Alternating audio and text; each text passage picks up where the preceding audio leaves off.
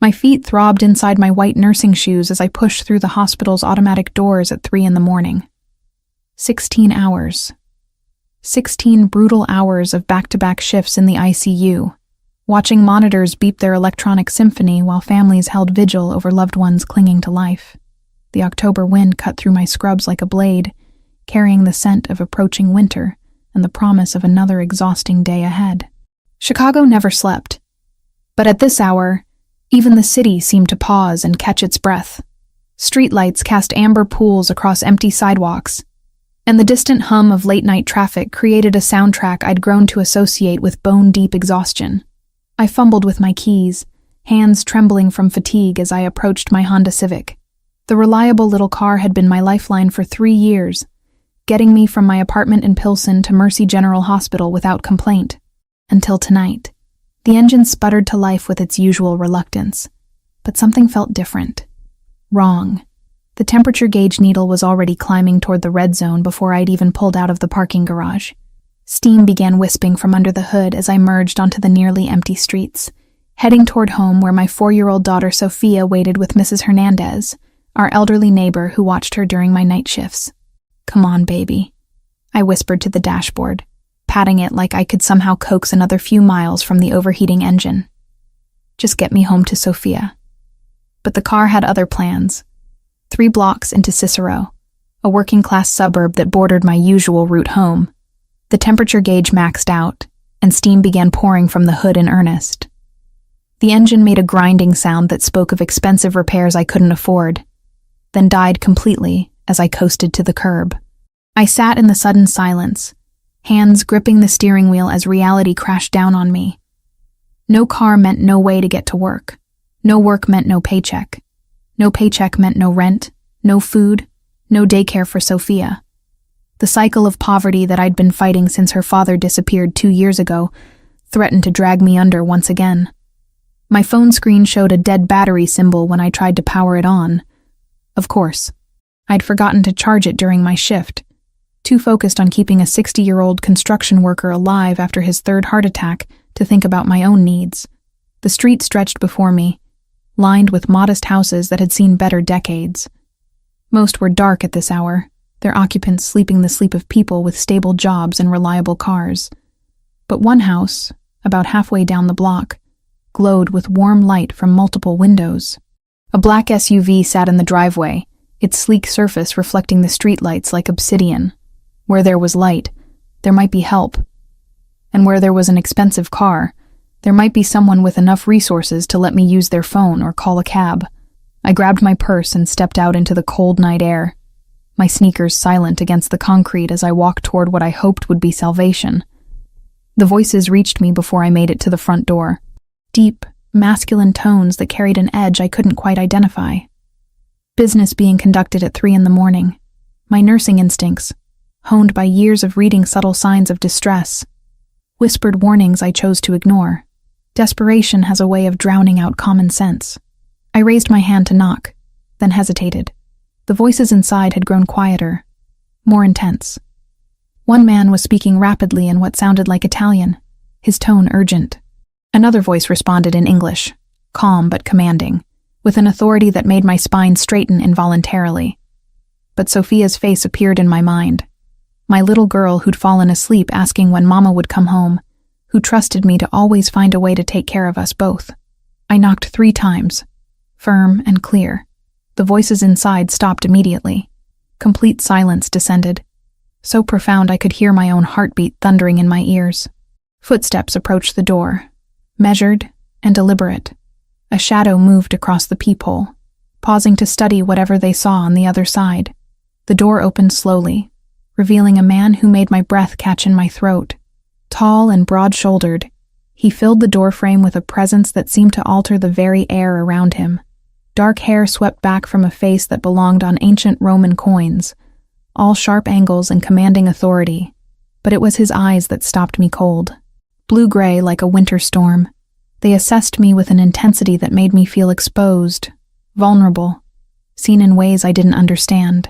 He wore an expensive suit despite the late hour, the fabric tailored to perfection across his powerful frame. A thin scar traced along his left temple, disappearing into his hairline like a question mark written in flesh. Most unsettling of all was his right hand, partially concealed behind the door in a way that suggested he held something I probably didn't want to see. "Who the hell are you and what do you want at 3 a.m.?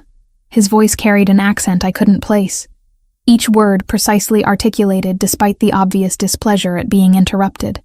"I'm sorry to bother you so late," I stammered, suddenly aware of how I must look. Exhausted, disheveled, still wearing scrubs that carried the antiseptic scent of the hospital. "My car broke down just up the street and my phone is dead. I saw your lights on and thought maybe I could use your phone to call for help."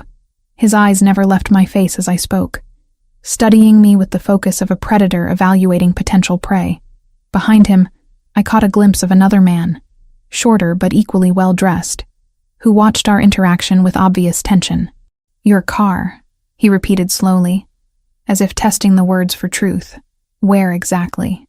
I pointed back toward my Honda, still visible under a streetlight with steam occasionally puffing from its hood. The Honda Civic. The engine overheated. "I'm a nurse at Mercy General. I was just trying to get home to my daughter." Something shifted in his expression at the mention of my daughter, though I couldn't interpret what it meant. He stepped back slightly, and I caught a clearer view of the interior. Expensive furnishings that seemed oddly formal for a suburban home. The shorter man near the hallway entrance, his hand resting inside his jacket, in a gesture that sent warning bells through my exhausted brain. "Vincent." The man at the door called without turning around. "We have a situation." That's when I heard it. From somewhere deeper in the house came a muffled sound that made my nursing training kick into overdrive. A groan of pain, followed by what sounded distinctly like sobbing. "Is someone hurt?" I asked automatically, taking a half step forward. "I'm a registered nurse. If someone needs medical attention..." "No." The word cut through the air like a blade. His hand moved, and I caught a glimpse of black metal before he adjusted his position to block my view. "No one here needs your help." But even as he spoke, I heard the sound again. Someone was definitely in distress, and every instinct I'd developed over 3 years of emergency medicine screamed at me to investigate. The man in front of me was clearly lying, and the expensive suit couldn't disguise the danger radiating from him like heat from a flame. I should have run, should have backed away and found another house, another solution, another way home to Sophia. Instead, I found myself staring into those storm-gray eyes and asking the question that would change everything. What's really going on here? His smile was sharp enough to cut glass. "That, little nurse, is exactly what we're about to find out." The silence that followed my question stretched like a taut wire between us. I watched his face carefully, noting the subtle tightening around his eyes, the way his jaw clenched almost imperceptibly. 3 years of reading micro-expressions in the ICU had taught me to recognize when people were deciding how much truth to reveal. "Vincent?" he called again, never breaking eye contact with me. "Handle the Honda situation. Call Sal's shop, have them tow it, and fix whatever's wrong." Discreetly, my heart hammered against my ribs as the reality of the situation began to crystallize. This wasn't a simple request for help anymore. These men were making decisions about my property, my life, without consulting me. The expensive suits, the late-night gathering, the obvious tension when I'd appeared at their door. All of it painted a picture I desperately didn't want to believe.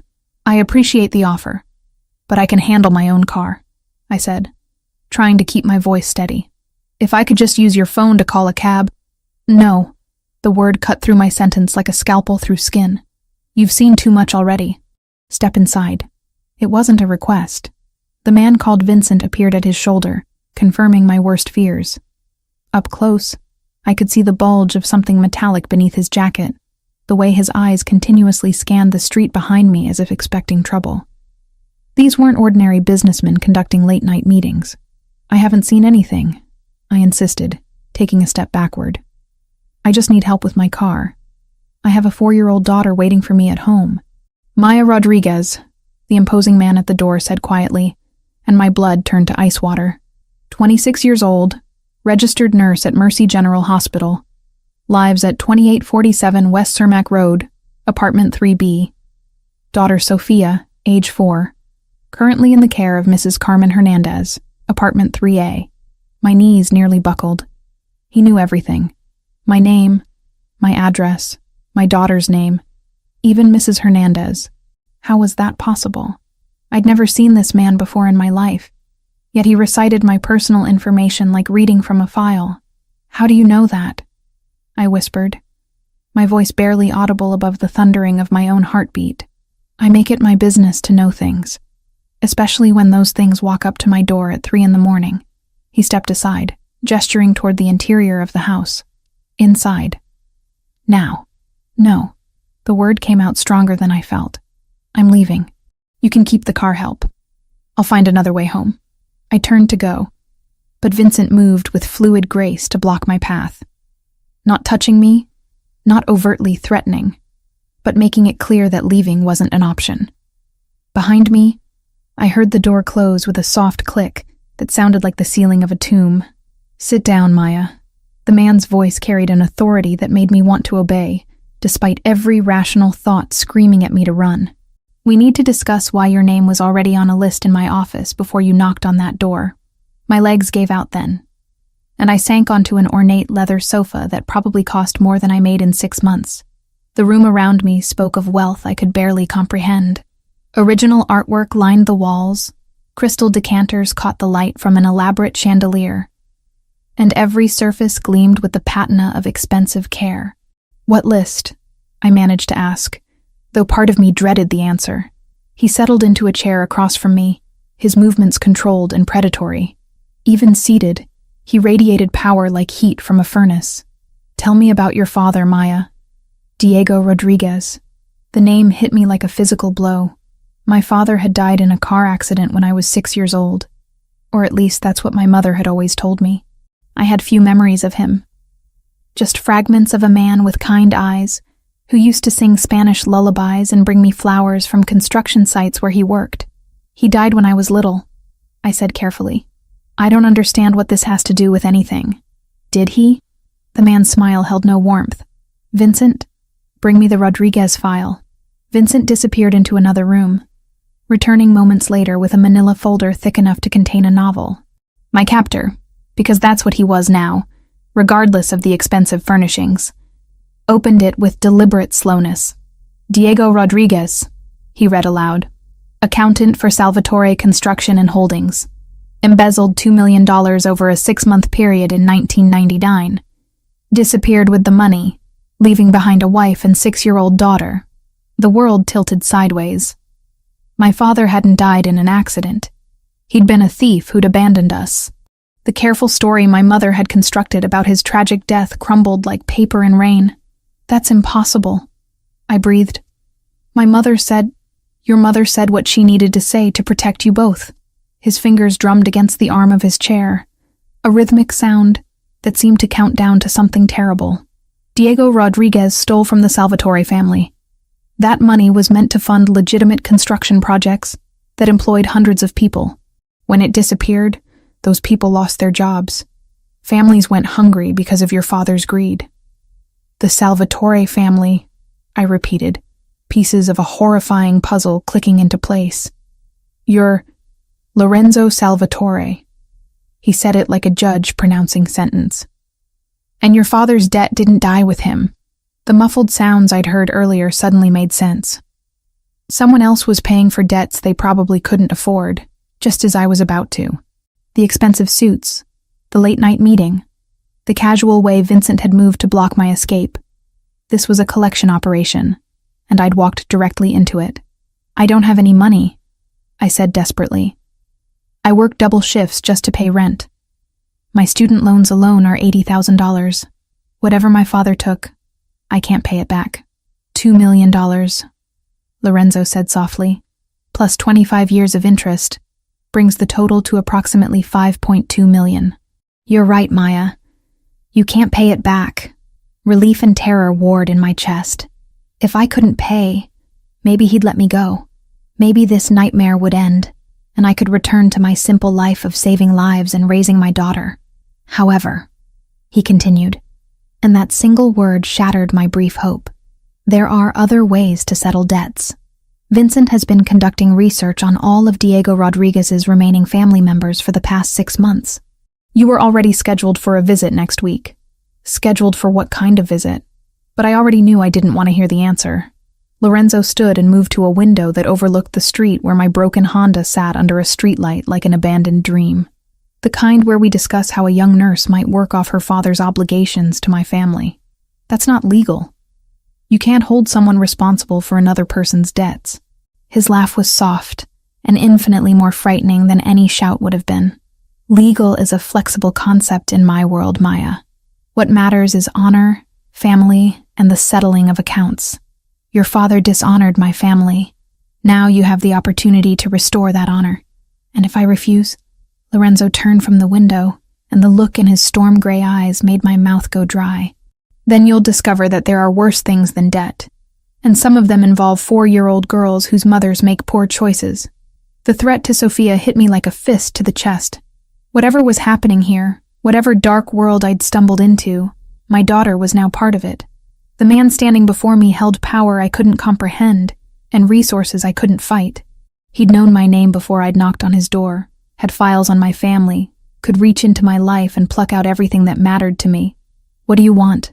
I asked, hating how defeated I sounded. For now? Cooperation. Vincent will take care of your car and ensure Mrs. Hernandez knows you'll be delayed getting home. You'll stay here until I decide how best to handle this situation. Stay here? For how long? Lorenzo returned to his chair, picking up a crystal glass I hadn't noticed before. The liquid inside caught the light like liquid amber. That depends entirely on how quickly you accept that your old life ended the moment you knocked on my door, and how willing you are to embrace whatever comes next. As if to emphasize his point, another muffled cry came from deeper in the house, followed by the sound of Vincent's footsteps heading toward the basement. I was trapped in a world where debts were paid in ways I couldn't imagine, where my father's crimes had marked me as surely as if I'd committed them myself. You're insane if you think I'll just accept this, I said, though the words felt hollow even as I spoke them. Lorenzo's smile was sharp as broken glass. Give it time, Maya. You'll be surprised what you can accept when the alternative is losing everything you love. The penthouse elevator climbed 37 floors, each electronic chime marking another layer between me and the life I'd known just hours before. Lorenzo stood beside me in silence, his presence filling the confined space like smoke. I watched the numbers change on the digital display, counting down to whatever fate awaited me in the clouds above Chicago's loop. Vincent had assured me that Mrs. Hernandez received a call explaining I'd been delayed by car trouble and would return tomorrow evening. The lie tasted bitter in my mouth, but what choice did I have? Sophia was safe, and as long as she remained that way, I'd endure whatever came next. The elevator doors opened to reveal a hallway that belonged in an architectural magazine. Polished marble floors reflected ambient lighting that seemed to emanate from the walls themselves. A single door waited at the end, its dark wood carved with intricate patterns that probably cost more than my annual salary. "Welcome to your new home," Lorenzo said, producing a keycard from his jacket. The lock responded with a soft click, and he gestured for me to enter first. The penthouse took my breath away despite my determination to remain unimpressed. Floor-to-ceiling windows wrapped around the main living area, offering a panoramic view of Chicago's skyline that made me feel suspended between earth and sky. The furnishings spoke of wealth so vast it seemed abstract. Leather sofas that looked hand-stitched in Italy, artwork that belonged in museums, a kitchen with granite countertops that gleamed like black water. "This is where you'll stay while we work out the details of your situation," Lorenzo said, removing his jacket with fluid movements that drew my attention to the powerful lines of his shoulders. Beneath the expensive suit, he moved like a predator, comfortable in his own skin. "You mean while you figure out how to use me to pay my father's debt?" I corrected, wrapping my arms around myself. The scrubs I wore felt shabby and out of place against such opulence. Among other things, he poured himself a drink from a crystal decanter, the amber liquid catching light like liquid gold. "Are you hungry? Tired?" The casual domesticity of the question caught me off guard. "I want to call my daughter." "Of course." He handed me a sleek black phone. "Vincent programmed your number. 1 call, 5 minutes. Don't say anything to alarm the child." My hands trembled as I dialed Mrs. Hernandez's number.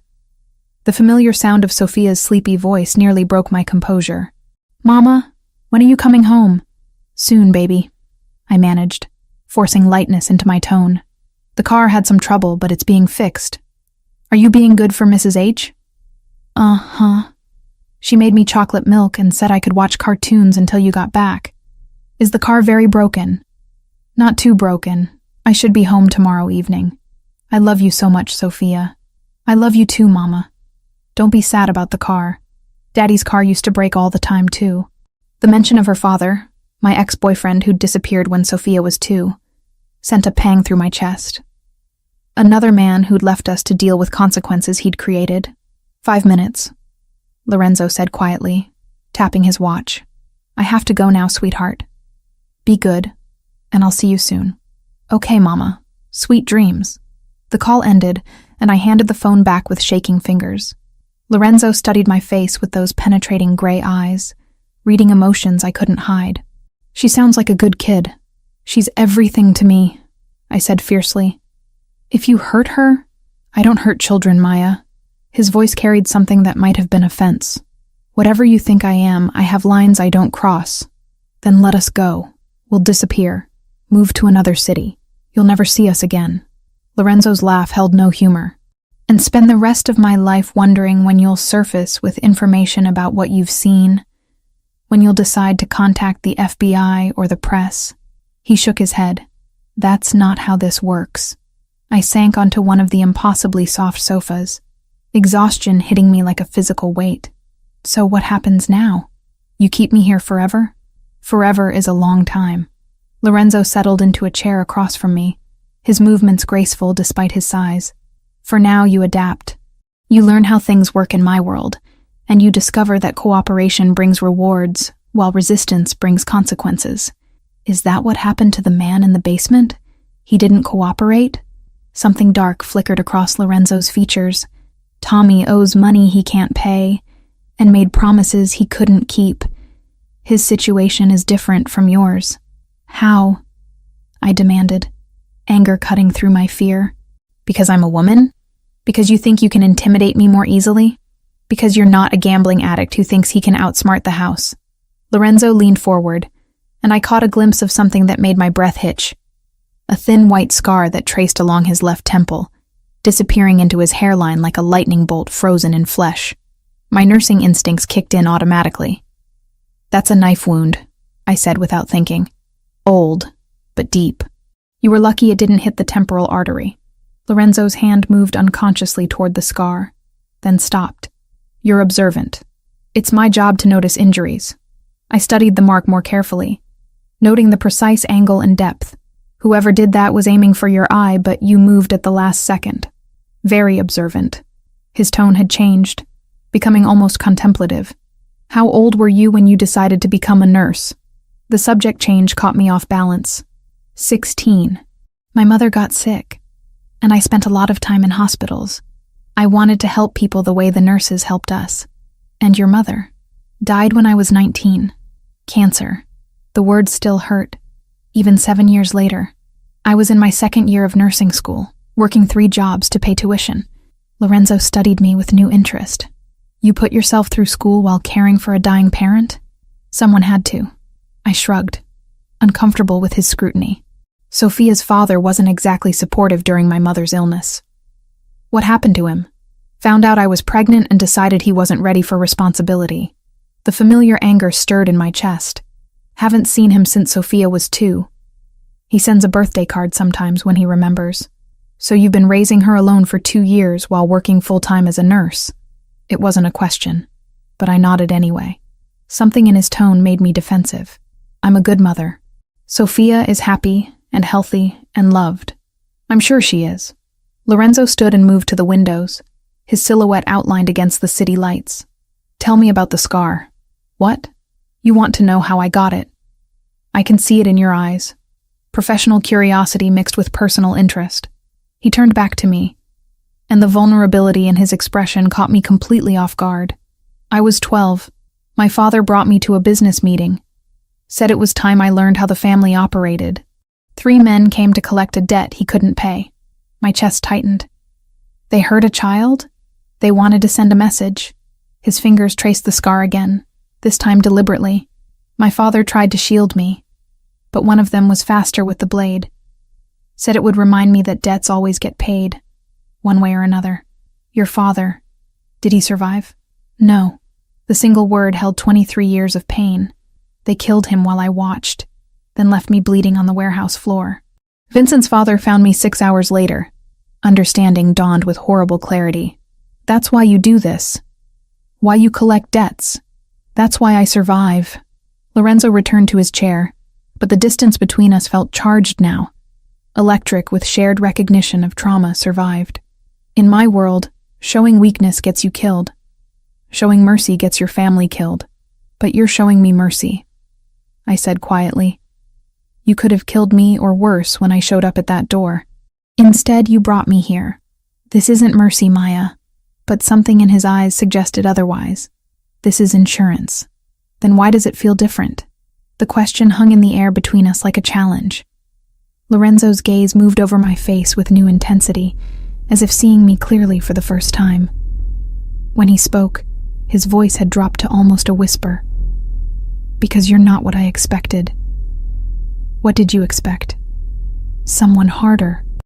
Someone already corrupted by the world your father moved in. He paused, choosing his words carefully. Instead, I found someone who puts herself through hell to save strangers and raises a child alone while working 16-hour shifts. Someone who noticed a 20-year-old scar and asked about it like she actually cared about the answer. Heat crept up my neck. I do care. It's who I am. Yes, he said simply. It is. The admission created a shift in the atmosphere, subtle but unmistakable. We were no longer just captor and prisoner, creditor and debtor. Something more complex was developing. Something that frightened me more than all his threats combined. I should show you to your room, Lorenzo said, standing abruptly as if sensing the same dangerous current. You'll want to rest before tomorrow. What happens tomorrow? His smile was enigmatic. Tomorrow, you start learning what it really means to be part of my world. 3 days passed in a strange, suspended reality. I woke each morning in a bedroom larger than my entire apartment, spoke to Sophia during carefully monitored phone calls, and spent my days navigating the invisible boundaries of my gilded cage.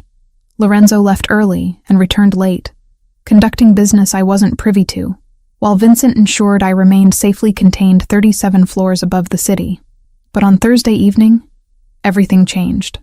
I was preparing dinner in the penthouse kitchen, a surreal domestic task given my circumstances, when Vincent burst through the front door with an urgency that made my blood freeze. Lorenzo, we have a problem, he called out, his usual calm completely shattered. Lorenzo emerged from his study, phone pressed to his ear. What kind of problem? Boris Kozlov's people hit Sunshine Kids Daycare an hour ago. They were after the girl. The wooden spoon fell from my nerveless fingers, clattering against the marble floor. Sophia. They'd gone after my daughter. Where is she? Lorenzo's voice had dropped to a deadly whisper, but I barely heard him over the roaring in my ears. Safe. We got there first, but barely. Had to eliminate 3 of them in the parking lot. Vincent ran a hand through his hair, leaving it disheveled. The kids scared but unhurt. Mrs. Hernandez, too. Where are they now? Secure location. Your orders? Lorenzo looked at me, taking in my frozen expression, the way my hands trembled against the kitchen counter. Bring them here. Both of them. Full protection detail. Lorenzo, the building's not... Make it secure. The authority in his voice brooked no argument. And find out how Kozlov knew about the daycare. Vincent nodded and disappeared back through the door, leaving me alone with the man whose world had just swallowed my daughter whole. I couldn't breathe, couldn't think past the image of armed men descending on Sophia's cheerful classroom with its finger-painted artwork and alphabet charts. They tried to take her, I whispered, my voice barely audible. They tried to take my baby. Lorenzo crossed the room in 3 strides, his hands settling on my shoulders with surprising gentleness. She's safe, Maya. Vincent got there in time. But they knew where to find her. They knew about the daycare, about Mrs. Hernandez. Horror crept up my spine as the implications became clear. This is because of me, isn't it? Because I saw too much. Because I'm here. This is because Boris Kozlov wants to hurt me. And he's decided you're the way to do it. Lorenzo's jaw tightened, a muscle jumping beneath his skin. The Russians have been pushing into our territory for months. They're using you as leverage. Let me go." The words tumbled out in a desperate rush. "Take us somewhere far away. Give us new identities. Sophia and I will disappear forever, and you'll never have to worry about us again. It's too late for that." His hands tightened on my shoulders, not painfully, but firmly enough to ground me.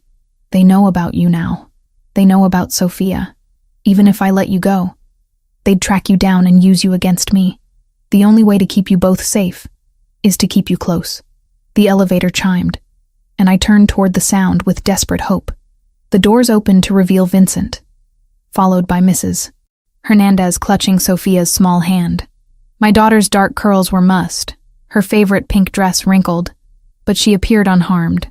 The moment she saw me, she broke free and ran across the marble floor. "Mama!" she cried, launching herself into my arms with the complete trust only children possess. "There were scary men at school, but Mr. Vincent saved us." I buried my face in her hair, breathing in the familiar scent of her strawberry shampoo and the lingering traces of playground chalk. She was real. She was safe. She was here. "I'm so sorry, baby," I whispered against her ear. "Mama's so sorry." "It's okay, Mama. Mrs. H said sometimes grown-ups have to protect children from bad people. Are you protecting us too?" Over Sophia's head, I met Lorenzo's gaze. The intensity there made something flutter in my chest, despite everything that had happened. "Yes, sweetheart. I'm trying to protect us." Mrs. Hernandez approached more slowly, her weathered face etched with concern. "Maya, child. What's happening? Those men. They had guns. They were asking about you specifically." Before I could answer, Lorenzo stepped forward. His entire demeanor had shifted, becoming softer, more approachable. "Mrs. Hernandez, my name is Lorenzo Salvatore. Maya is under my protection because some very dangerous people are trying to hurt her. I'm sorry you were put in danger." The older woman studied him with sharp eyes that had seen decades of human nature. "You're the one keeping her here. I'm the one keeping her alive." Lorenzo's honesty was refreshing after days of careful half-truths. "As long as she's with me, no one can touch her or Sophia. And what happens when we want to leave?" Lorenzo was quiet for a long moment. "We'll discuss that when the immediate danger has passed." Mrs. Hernandez nodded slowly, apparently satisfied with his directness. "I've raised 4 children and 10 grandchildren, Mr. Salvatore. I know the difference between a protector and a predator. Don't make me regret trusting you with this family." "I won't," Lorenzo promised, and something in his voice made me believe him. Vincent cleared his throat. "Boss, we need to discuss security protocols. The building's been locked down, but later." Lorenzo's attention had shifted to Sophia, who was studying him with the fearless curiosity of a 4-year-old. "What's your name, little one?" "Sophia Rodriguez," she announced proudly. "I'm 4 years old and I know all my colors in English and Spanish. Mama taught me." "That's very impressive. I'm Lorenzo. This is my home and you're very welcome here." "It's really big," Sophia observed, craning her neck to take in the soaring ceilings. "Do you live here all by yourself?" "Usually. But now I have guests, which makes it much more interesting." Sophia giggled, already charmed. "Mama says I'm interesting too. Sometimes too interesting." "I can believe that." Lorenzo's smile was genuine, transforming his entire face. "Are you hungry? I think we can find something good in the kitchen." As he led Sophia away, chatting easily about her favorite foods and cartoons, Mrs. Hernandez moved to stand beside me. "He's not what I expected," she said quietly. "What did you expect?" "A monster. Someone who would terrify a child." She watched Lorenzo lift Sophia onto a bar stool with careful hands, his entire focus on making her comfortable. Instead, I see a man who's trying very hard not to let his own darkness touch something innocent. "You think he's genuinely trying to protect us?" "I think he's in love with you," Mrs. Hernandez said simply. "And I think that scares him more than any enemy ever could." Her words hit me like a physical blow. I wanted to deny it, to insist that whatever was developing between Lorenzo and me was just Stockholm Syndrome or desperation. But as I watched him patiently answer Sophia's endless questions while Vincent discussed security measures in low tones, I couldn't ignore the truth. Something had shifted between us over the past 3 days. The careful distance we'd maintained was crumbling, replaced by a dangerous intimacy that grew stronger each time our eyes met across the penthouse. I'd caught him watching me when he thought I wasn't looking, his expression unguarded and hungry, and I'd found myself responding to his presence in ways that terrified me. "Maya," Lorenzo's voice drew me from my thoughts. "We need to talk. About Boris Kozlov. About what this means for your safety." I nodded, following him to the study while Mrs. Hernandez supervised Sophia's impromptu snack. The moment the door closed behind us, Lorenzo's careful composure cracked. "I should have anticipated this," he said, running both hands through his dark hair. "Should have known they'd use you to get to me." "How could you have known?" "I didn't even know I existed in your world until 3 days ago. Because you matter to me." The admission hung between us like a confession. And in my world, caring about someone makes them a target. My heart hammered against my ribs. "Lorenzo, I know it's insane. I know it makes no sense." He turned to face me, and the vulnerability in his gray eyes made my breath catch. "But somewhere between watching you worry about that scar and seeing you comfort your daughter, you became more than just Diego Rodriguez's debt to me. What am I then?" He crossed the room slowly, his movements predatory and graceful. When he reached me, his hands came up to frame my face with shocking gentleness. "You're the first person in 23 years who's made me want to be better than what I am." The kiss was inevitable, had been building since that first night when I'd foolishly knocked on his door. His lips were warm and firm, moving against mine with a hunger that stole my breath and ignited something desperate in my chest. I should have pushed him away, should have remembered that he was dangerous, that he held my life and Sophia's in his hands. Instead, I kissed him back with equal desperation, my fingers tangling in his hair, as every rational thought dissolved into sensation and need. When we finally broke apart, we were both breathing hard. "This is crazy," I whispered against his lips. "Completely insane," he agreed, but his arms tightened around me. "And I don't care anymore. Neither did I." And that realization terrified me more than all of Boris Kozlov's threats combined. The photograph fell from my trembling fingers like a lead weight, hitting the marble floor with a sharp crack that echoed through Lorenzo's study. Staring up at me was my father's face. Younger than I remembered, but unmistakably Diego Rodriguez. He stood beside 2 other men in what appeared to be a construction office, all 3 smiling at the camera like old friends celebrating a successful project. But it was the date stamp in the corner that made my world tilt sideways. March 15th, 2019. 6 months ago. My father, who I'd been told died in a car accident when I was 6 years old, had been alive just months ago. "Where did you get this?" My voice came out as barely more than a whisper. Lorenzo stood behind his desk, his face carved from stone. Between us lay scattered evidence of a truth that demolished everything I thought I knew about my life. Bank records, surveillance photos, witness statements. A paper trail that painted my father not as the victim of a tragic accident, but as a man who'd lived freely for 20 years while his family believed him dead. "My investigators found him 3 months ago," Lorenzo said quietly, "living under the name David Reyes in Phoenix, Arizona, married to another woman, 2 teenage sons." The betrayal hit me like a physical blow. Not only had my father abandoned us and stolen from Lorenzo's family, but he'd been living an entirely new life while my mother struggled through cancer treatments alone, while I dropped out of nursing school to care for her, while I raised Sophia as a single mother, working double shifts just to survive. He let us think he was dead. The words scraped my throat raw. My mother died believing she was a widow. I grew up without a father because he chose to disappear rather than face the consequences of what he'd done. "Maya, no." I backed away from the desk, from the photographs, from the man whose gray eyes held too much pity. "You knew. All this time. You knew he was alive and you didn't tell me. I was protecting you. By lying to me?" My voice rose, years of buried grief and anger finally finding a target. "Just like my mother lied to me? Just like everyone in my life has lied to me?" Lorenzo moved around the desk slowly, his hands raised in a gesture of peace that only inflamed my rage. "Your mother was protecting a 6-year-old child from an ugly truth. I was protecting a woman He stopped himself, but the unfinished sentence hung between us like a loaded weapon. "A woman you what, Lorenzo? Care about? Love?" I laughed bitterly. You don't love someone and lie to them about their entire life. You don't love someone and use their father's crimes as leverage to control them. That's not what this is anymore, and you know it.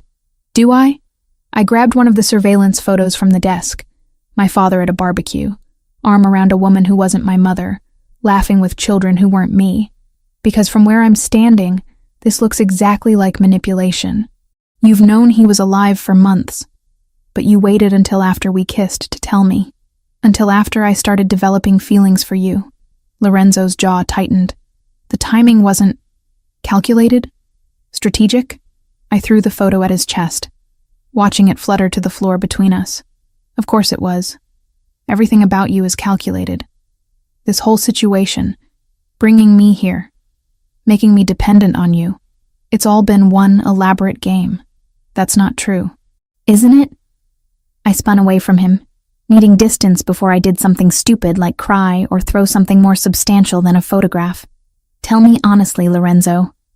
If my father is alive and has been for 20 years, why am I still here?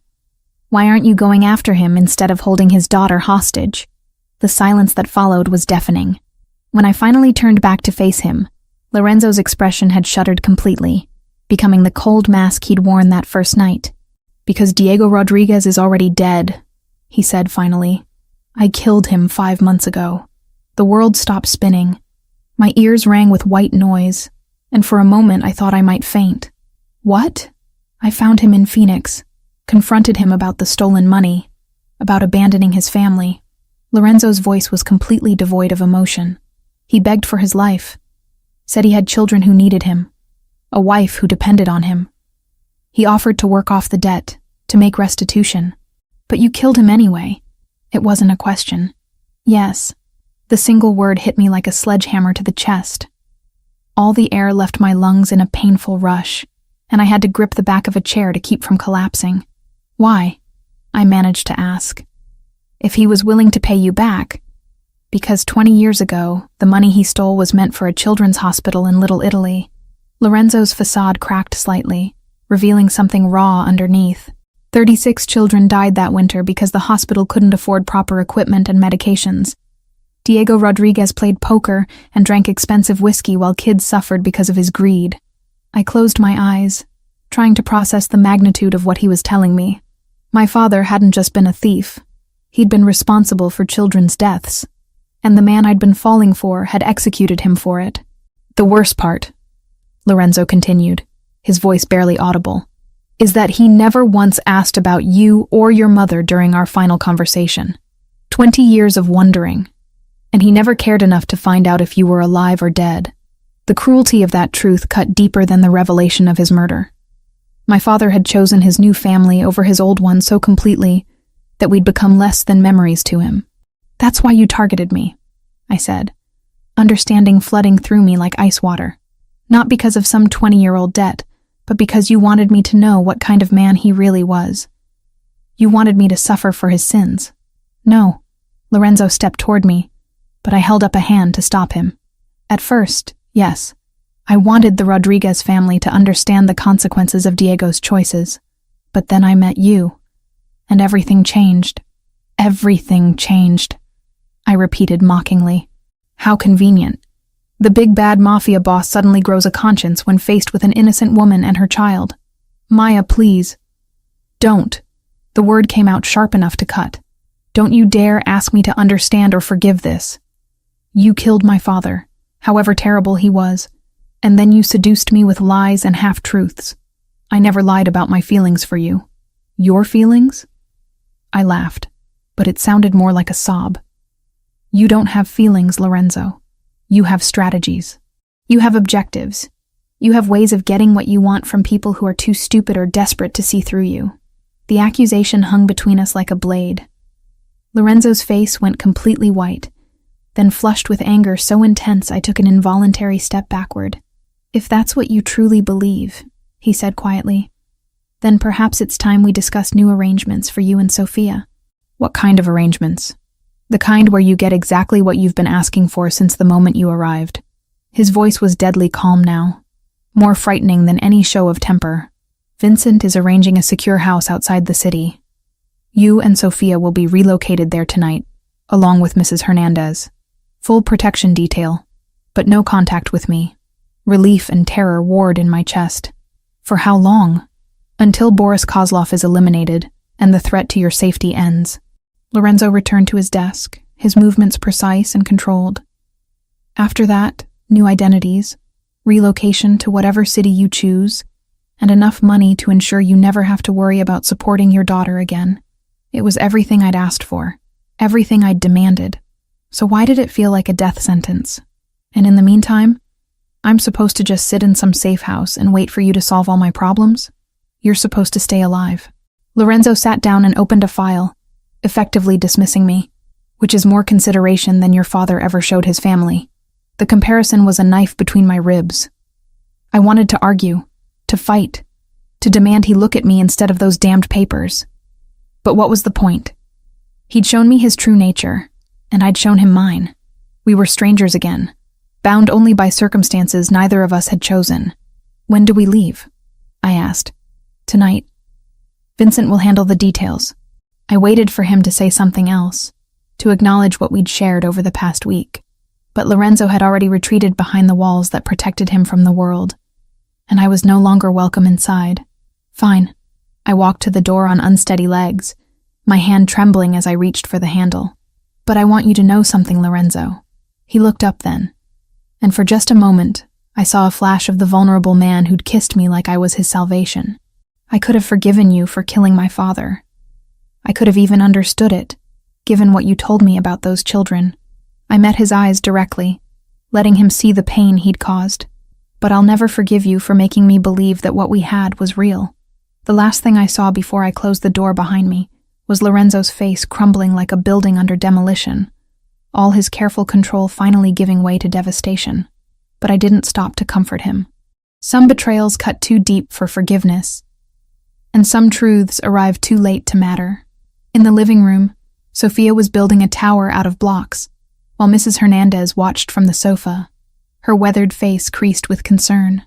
My daughter looked up when I entered, her dark eyes bright with innocent trust. Mama, are we going on another adventure? I knelt beside her and gathered her into my arms, breathing in her familiar scent and trying not to think about all the ways this would change her life. Yes, baby, I whispered against her hair. We're going somewhere safe. Will Lorenzo come with us? The question was like a dagger through my heart. No, sweetheart. Lorenzo has other things he needs to do. Oh, Sophia considered this with 4-year-old seriousness. Will we see him again? I closed my eyes, holding my daughter tighter. I don't think so, Sophia. I don't think we will. The safe house sat nestled among towering pines in the Wisconsin countryside, an hour's drive from the nearest town. It looked like something from a vacation rental website. Rustic charm with modern amenities, wraparound porch, and windows that framed the surrounding forest like living paintings. Under different circumstances, I might have called it beautiful. Instead, it felt like an expensive prison. 2 weeks had passed since that devastating confrontation in Lorenzo's study. 2 weeks of watching Sophia adapt to our new reality with the resilience only children possess, while Mrs. Hernandez maintained a careful neutrality that spoke volumes about her own conflicted feelings. 2 weeks of staring out those picturesque windows and wondering if I'd made the biggest mistake of my life. Mama, can we go pick berries today? Sophia asked from her spot at the breakfast table, her small fingers wrapped around a cup of hot chocolate. I saw some growing by the big rock yesterday. Maybe later, sweetheart, I replied automatically, my attention focused on the security monitors Vincent had installed in every room. The screens showed empty forest paths and the occasional deer, but I'd learned not to trust appearances. You've been saying, maybe later for 3 days, Mrs. Hernandez observed from her place at the kitchen counter. Her tone was mild, but I caught the concern underneath. The child needs fresh air and exercise. The child needs to stay safe. The words came out sharper than I'd intended, and I immediately regretted them when Sophia's face fell.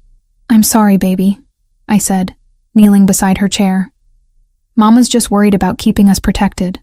How about we build that fort in the living room you've been asking about? Sophia nodded, but her enthusiasm was dimmed.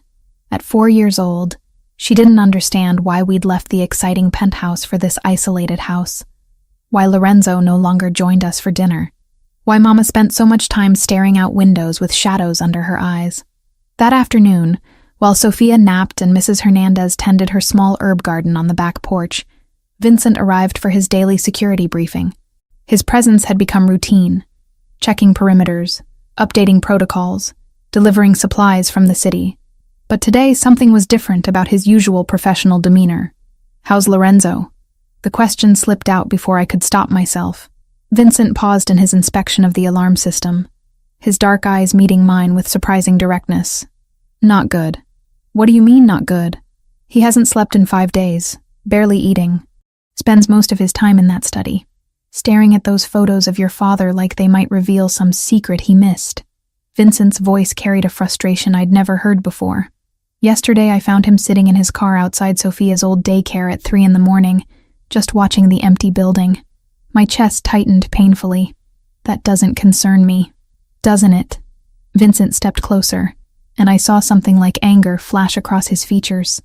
"Because the Maya Rodriguez I met 2 weeks ago wouldn't have been able to sit in this house for 14 days, knowing the man she loves is falling apart without her. I don't love him." The lie tasted bitter on my tongue. "Right. That's why you ask about him every day. That's why you haven't touched the new identity papers I brought last week, or made any plans to leave once this is over." I turned away from his penetrating stare. But Vincent wasn't finished. "Do you know what he did 3 nights ago? I told you, I don't—" Boris Kozlov reached out through intermediaries, offered to end the territorial war in exchange for one thing. My blood turned cold. "What thing?" "You."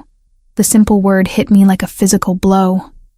I sank onto the sofa, suddenly unable to support my own weight. "Kozlov wants you delivered to him within 72 hours, or he'll escalate his attacks on Salvatore operations. Hit our legitimate businesses, target family members, make it a bloodbath that draws federal attention." Vincent sat across from me, his expression grave. You know what Lorenzo's response was? I shook my head, not trusting my voice. "War. Total, uncompromising war. He'd rather watch his empire burn than hand you over to a man who would torture you to death just to prove a point." Tears stung my eyes. He should have taken the deal. Should he? Vincent leaned forward. "Tell me honestly, Maya, knowing what you know about Boris Kozlov, about what happens to women who fall into his hands, should Lorenzo have traded your life for peace?" The question hung between us like a challenge. I thought about the surveillance photos Vincent had shown me weeks ago, the grainy images of Kozlov's previous victims. Women who'd been found in pieces, their bodies bearing evidence of prolonged torture that had been intended as messages to their loved ones. "That's not the point," I said weakly. "Isn't it? Because from where I'm sitting, it looks like Lorenzo is choosing to protect the woman he loves over the empire he spent 20 years building. And instead of recognizing that sacrifice, you're hiding in the woods feeling sorry for yourself. He lied to me, Vincent. About everything. He lied about your father being dead when Diego was already 6 feet under. He kept the details of that execution from you until you demanded the truth." Vincent's voice softened slightly. "Trust me, Maya. I was there that night in Phoenix. I saw Lorenzo's face when he pulled the trigger. Killing your father nearly destroyed him. Not because he felt guilty about the act, but because he knew it would hurt you eventually. Then why do it? Because 36 children died, and someone had to answer for that. Because in our world, debts get paid one way or another, and blood is the only currency that matters." Vincent ran a hand through his hair, but mostly because Lorenzo is his father's son, and his father taught him that justice matters more than mercy. I closed my eyes, feeling the weight of truths I wasn't ready to accept. "It doesn't change what he did." "No, it doesn't. But it might change what you do next." Before I could ask what he meant, the sound of a vehicle approaching made us both freeze. Vincent was on his feet instantly, hand moving to the weapon concealed under his jacket. "Stay here," he ordered, moving toward the window. "Keep Sophia and Mrs. Hernandez away from the front of the house." But as he peered through the curtains, his posture relaxed slightly. "It's Anya." I recognized the name. One of Lorenzo's trusted associates, a woman whose icy efficiency had always intimidated me. Vincent opened the door to admit her, and I saw immediately that something was wrong. Anya's usually pristine appearance was disheveled, her face pale with what looked like genuine fear. "We have a problem," she said without preamble. Boris moved up his timeline. "He has Mrs. Hernandez." The world tilted sideways. "What are you talking about?" "Mrs. Hernandez is on the back porch." Anya shook her head grimly. "Check again."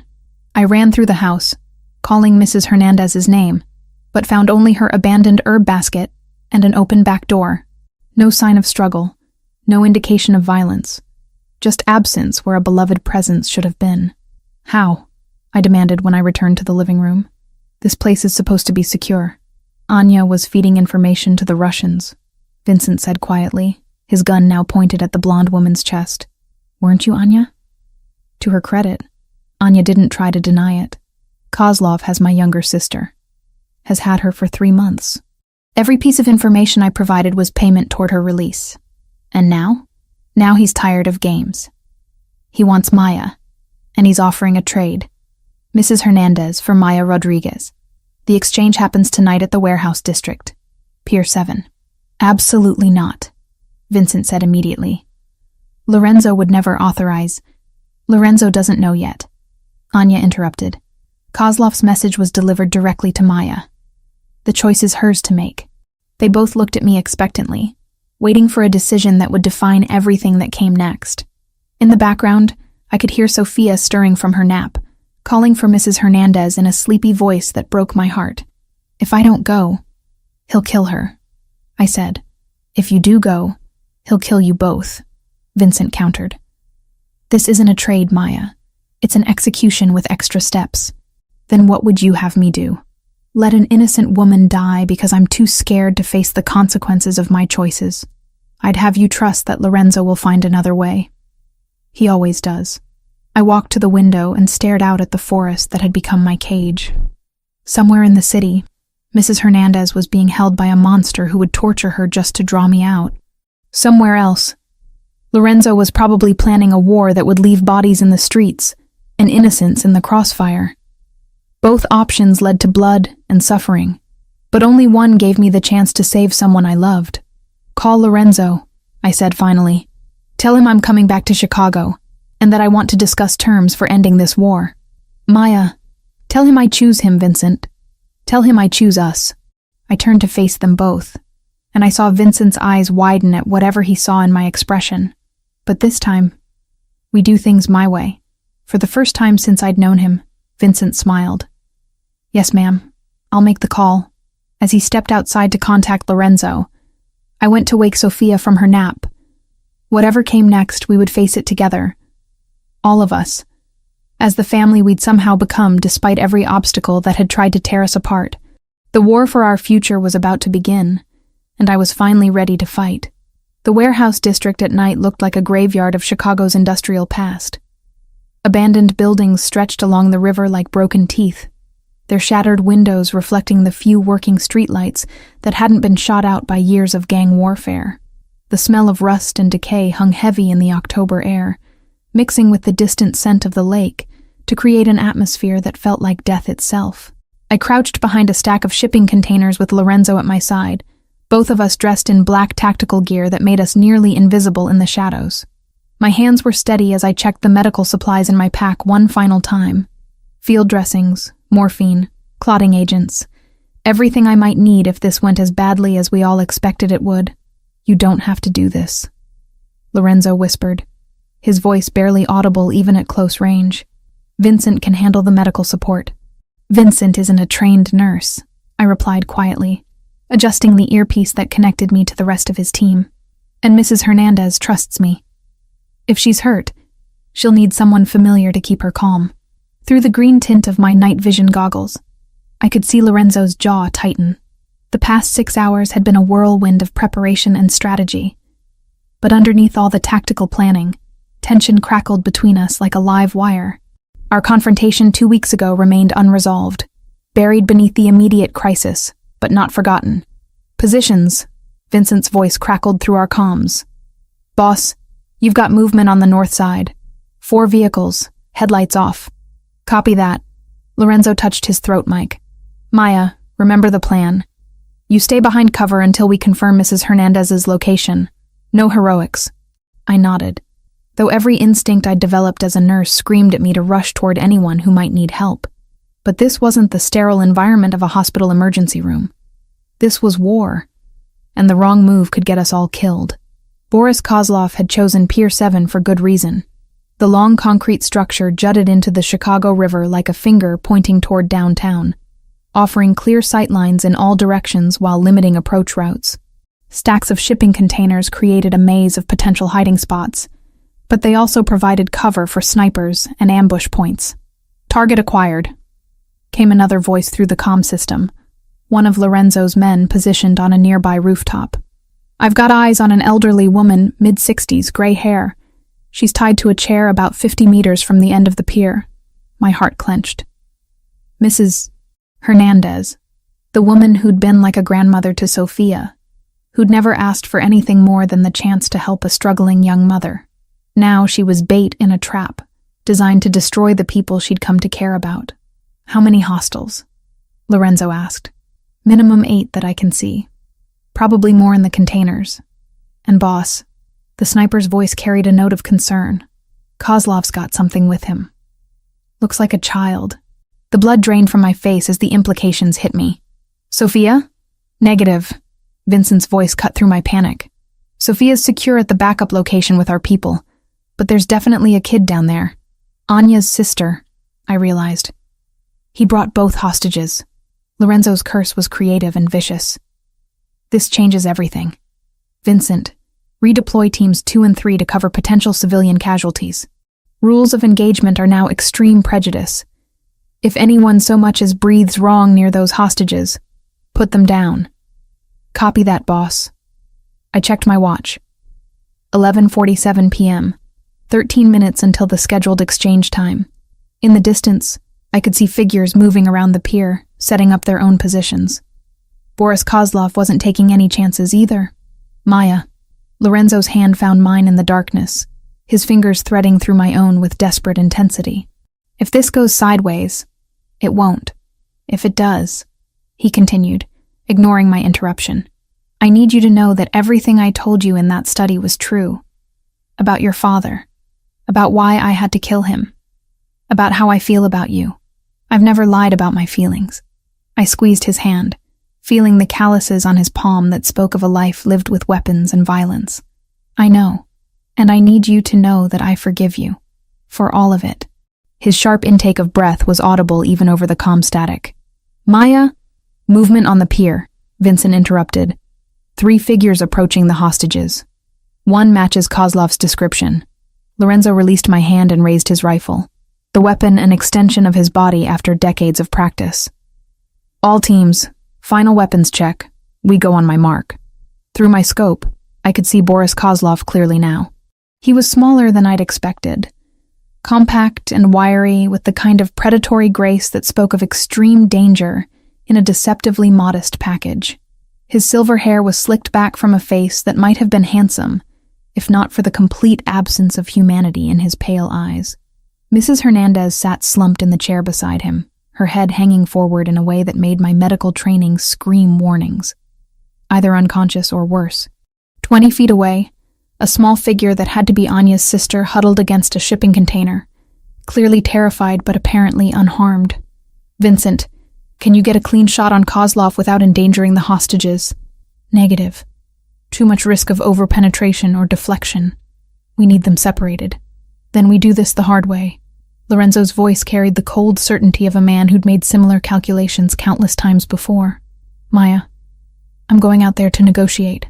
When I give the signal, you move fast to the hostages and get them clear. That's suicide. He'll kill you the moment you show yourself. Maybe. But it's the only play that gives those women a chance. Lorenzo turned to look at me. And even through the night vision equipment, I could see the determination in his eyes. This is what I do, Maya. This is who I am. Before I could argue, he was moving, emerging from our hiding spot with his hands visible, but his finger never far from his weapon's trigger. I watched through my scope as he walked calmly across the open ground toward the pier, every step measured and deliberate. Boris, Lorenzo called out when he was 50 feet away. Let's discuss terms. Kozlov's laughter echoed across the water like breaking glass. Lorenzo Salvatore, the great prince of Chicago, come to negotiate for his whore and an old woman. The old woman never did anything to you. Let her go, and we can settle this between us. Settle this. Kozlov gestured expansively with a pistol that gleamed silver in the moonlight. You think this is about territory? About business? He backhanded Mrs. Hernandez across the face, and I had to bite my tongue to keep from crying out. This is about respect. About showing the entire city what happens when someone thinks they can defy Boris Kozlov. Then show them. Lorenzo took another step forward. Kill me, and let the innocents walk away. Oh, I'm going to kill you. Kozlov agreed conversationally. But first, you're going to watch me break your woman piece by piece, starting with her fingers. He raised the pistol toward Mrs. Hernandez's hand, and time seemed to slow to a crawl. I saw Lorenzo's muscles coil, preparing to make a desperate charge across 50 feet of open ground. I saw the other Russian soldiers starting to raise their weapons. I saw Anya's sister cowering against the shipping container, tears streaming down her young face. And I made a choice that would have horrified every tactical instructor who'd ever lived. Stop, I called out, standing up from behind cover with my hands raised. I'm here. Let's make the trade. Maya, no! Lorenzo's shout carried anguish and fury in equal measure. But I was already walking toward the pier, my medical bag slung over my shoulder, and my heart hammering against my ribs. Behind me, I could hear frantic chatter on the comm system, as Vincent and the others tried to adjust their positions to cover my insane gambit.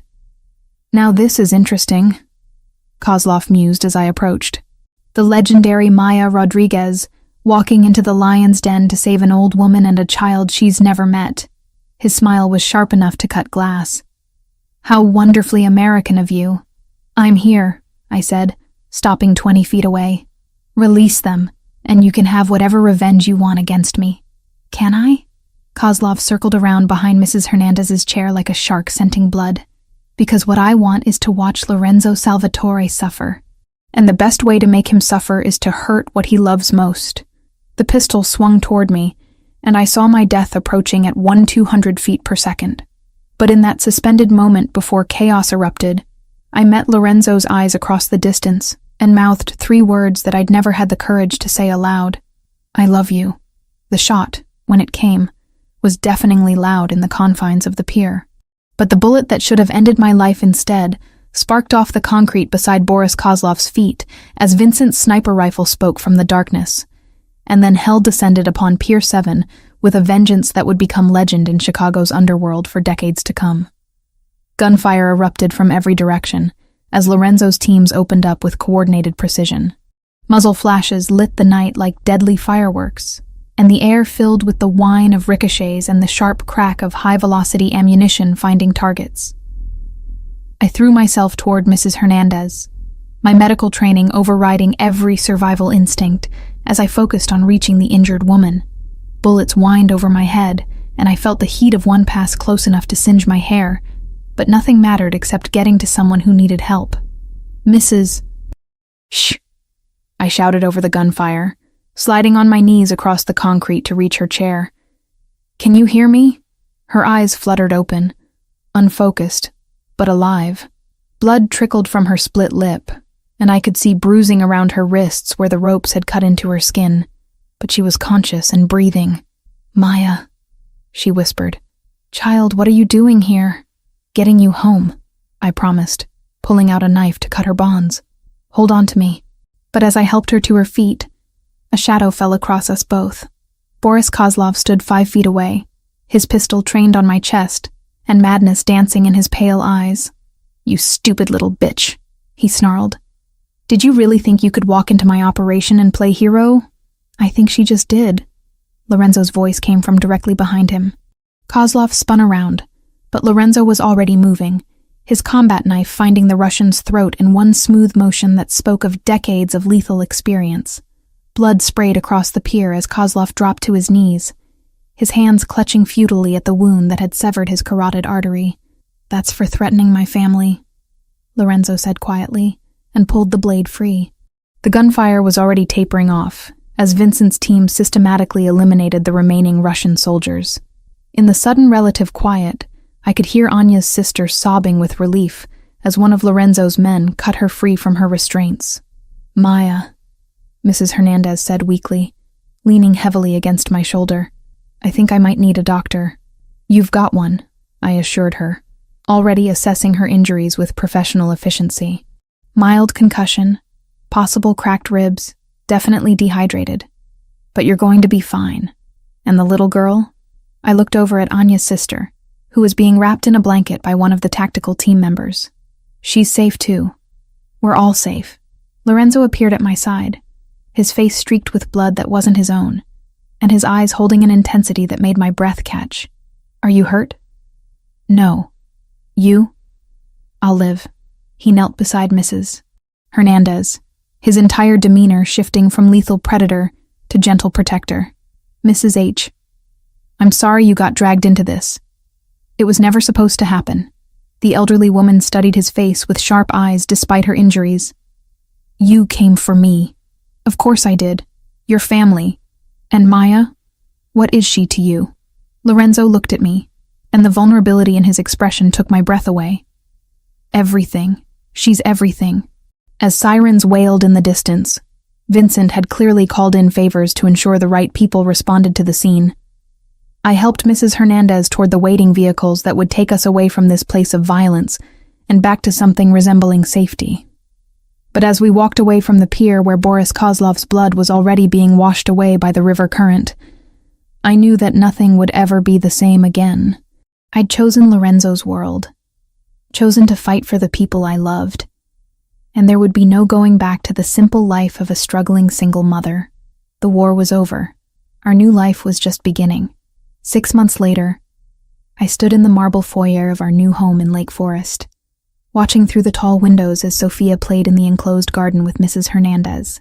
My daughter's laughter carried on the spring breeze, pure and joyful in a way that still caught me off guard after everything we'd been through.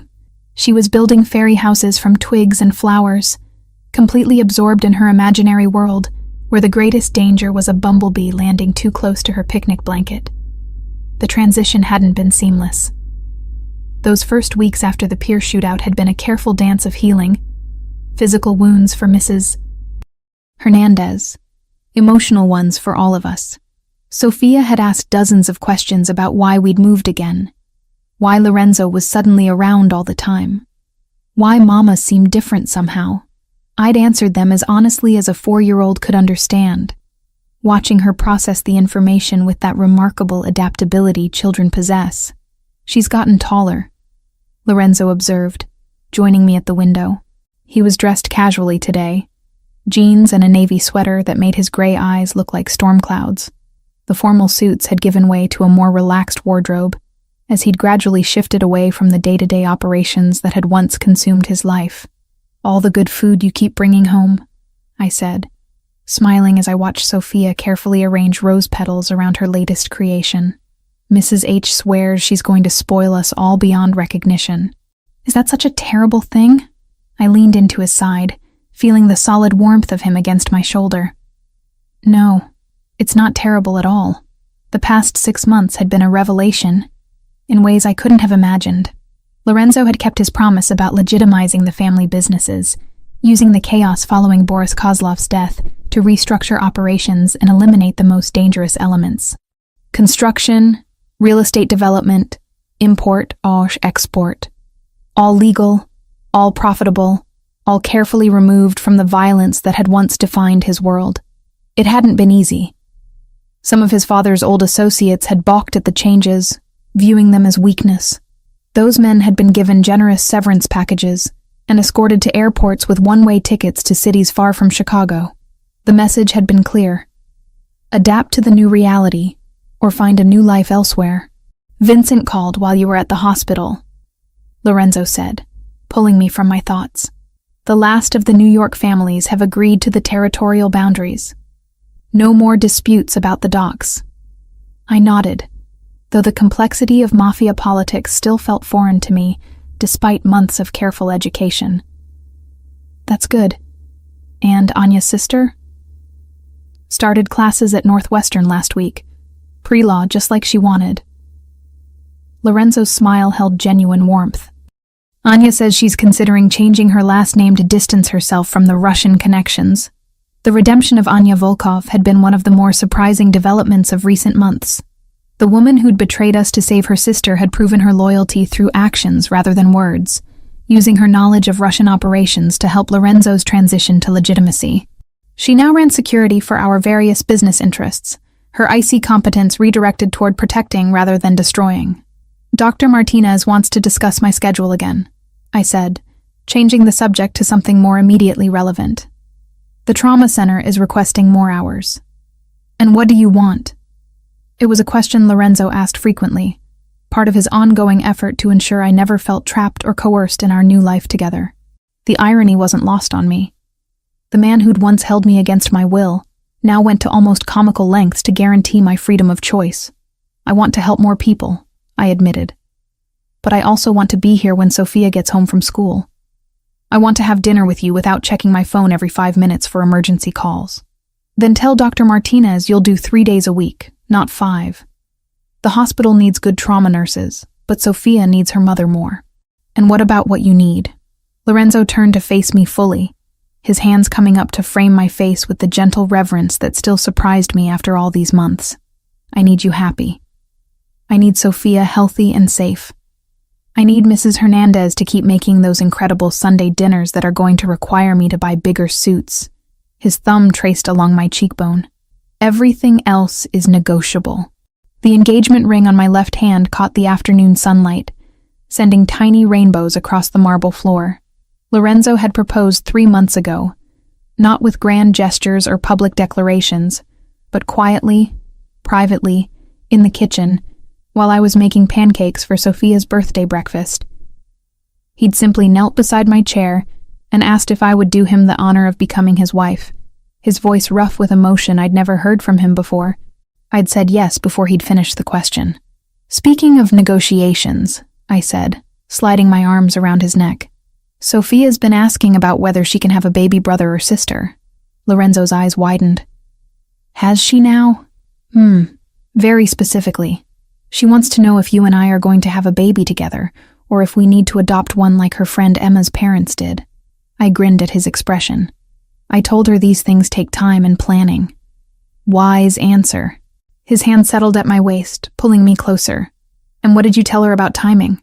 That we'd discuss it after the wedding. I paused, studying his face. Unless you're having second thoughts about marrying a woman with so much baggage. Maya Rodriguez, Lorenzo said seriously. You walked into my life through a broken-down car and a door I shouldn't have opened. You saved me from becoming the kind of man my father was, helped me build something better than what I inherited, and showed me what it means to love someone more than power, or money, or respect. His voice dropped to a whisper. If anyone should be worried about second thoughts, it's you. Never, I said firmly. I choose you, Lorenzo Salvatore. I choose this life, this family, this beautiful chaos we've created together. The kiss that followed was interrupted by the sound of the front door opening and Sophia's voice calling through the house. Mama, Lorenzo, come see what Mrs. H and I made in the garden. We broke apart, both laughing at her perfect timing. Lorenzo took my hand, threading our fingers together as we walked toward the garden door, where our daughter waited with grass stains on her knees and dirt under her fingernails, proudly displaying a bouquet of wildflowers that probably violated several landscaping principles. It's beautiful, baby, I said, accepting the slightly wilted offering with appropriate reverence. It's for your wedding, Sophia announced importantly. Mrs. H says brides need flowers, and store flowers are boring. Garden flowers have more love in them. Over her head, Lorenzo and I exchanged a look that held months of shared understanding, quiet moments of building trust, and the kind of deep contentment that comes from finding your place in the world. Garden flowers it is, Lorenzo agreed solemnly. We wouldn't want a boring wedding. That evening, after Sophia had been bathed and read to and tucked into her bed in the room she'd decorated with princess stickers and photographs of our makeshift family, I found Lorenzo in his study. But instead of the grim business meetings that had once filled his evenings, he was reviewing architectural plans for a new children's wing at Mercy General Hospital, a project funded entirely by Salvatore Holdings and dedicated to the memory of 36 children who died, because a selfish man had stolen money meant to save them. "How does it look?" I asked, settling into the chair across from his desk. "Like something that might actually make a difference." He rolled up the blueprints carefully. "The contractor says it'll be ready by Christmas." "Diego would have approved," I said quietly. Lorenzo looked up, surprise flickering across his features. It was the first time I'd voluntarily mentioned my father since that devastating confrontation months ago. "Do you really think so?" The man I remember from childhood stories. "Yes. He loved kids. Always brought me little presents. Used to talk about making the world better for the next generation." I shrugged. "Whatever he became later, whoever he chose to be when he stole from you, that wasn't the father I loved. This hospital wing honors the memory of who he should have been." Lorenzo stood and moved around the desk, pulling me to my feet and into his arms. "I love you, Maya Rodriguez. More than I thought it was possible to love another person. Soon to be Maya Salvatore," I corrected, pressing a kiss to the scar on his temple that had become as familiar to me as my own reflection. "Soon," he agreed, "though I have to warn you, being married to me comes with certain occupational hazards." "Such as?" "Vincent wants to throw us an engagement party that would make the mayor jealous. Mrs. Hernandez has been secretly planning a wedding menu for 3 months, and Sophia has informed me that she expects to be the most important person in the wedding party, which means we'll probably need to design the entire ceremony around her preferences."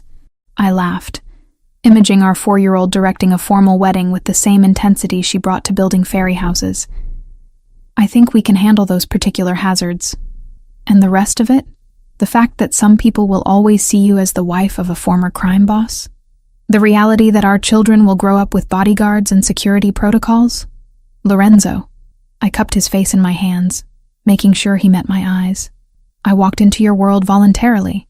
I fought beside you when it mattered. I chose this life knowing exactly what it would mean." I smiled. "Besides, our children will also grow up with parents who love them, who'll protect them, and who'll teach them that family is worth fighting for. I think that matters more than anything else." Later that night, as I lay beside Lorenzo in our bed listening to the quiet sounds of our home settling around us, I thought about the path that had brought us here. A broken-down car, a desperate knock on the wrong door, a man dangerous enough to kill my father, but gentle enough to read bedtime stories to my daughter. None of it should have worked. By every rational measure, Lorenzo and I were impossible. A trauma nurse and a mafia boss, a struggling single mother and a man who'd built an empire on violence and fear. But somehow, in the space between those contradictions, we'd found something real and lasting and worth every sacrifice we'd made to protect it. Tomorrow, Sophia would wake up in a house where she felt safe and loved.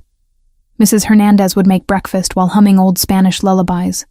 Lorenzo would handle whatever challenges his businesses presented, but he'd be home for dinner because family came first now.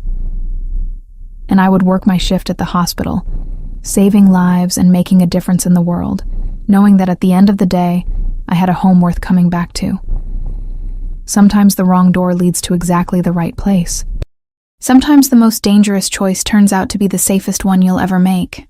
Sometimes broken cars and midnight encounters change everything in the most beautiful ways possible. I was no longer the desperate woman who'd knocked on Lorenzo's door that night. I was stronger, more dangerous in my own way, and absolutely certain of where I belonged. I belonged here, with him, building something better than either of us could have imagined alone.